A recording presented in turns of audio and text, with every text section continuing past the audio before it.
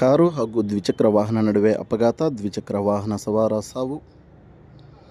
Car ಹಾಗೂ ದ್ವಿಚಕ್ರ ವಾಹನ ನಡುವೆ ಅಪಘಾತ ಸಂಭವಿಸಿ ದ್ವಿಚಕ್ರ ವಾಹನ ಸವಾರ ಸ್ಥಳದಲ್ಲೇ ಸಾವನ್ನಪ್ಪಿರುವಂತಹ ಘಟನೆ ಕೋಲಾರ ಜಿಲ್ಲೆಯ ಶ್ರೀನಿವಾಸಪುರ ತಾಲೂಕಿನ ಬಟ್ಟುವಾರಪಲ್ಲಿ ಕ್ರಾಸ್ನಲ್ಲಿ ಘಟನೆ ನಡೆದಿದೆ.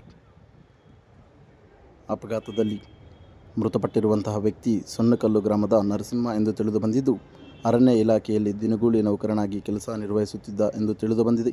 ಇನ್ನು ಘಟನೆ ಕುರಿತು ಘಟನಾ ಸ್ಥಳಕ್ಕೆ ರಾಯಲ್ಪಾಡು ಪೊಲೀಸರು ಭೇಟಿ ನೀಡಿ ಪ್ರಕರಣ ದಾಖಲಿಸಿಕೊಂಡು ತನಿಖೆ ಕೈಗೊಂಡಿದ್ದಾರೆ.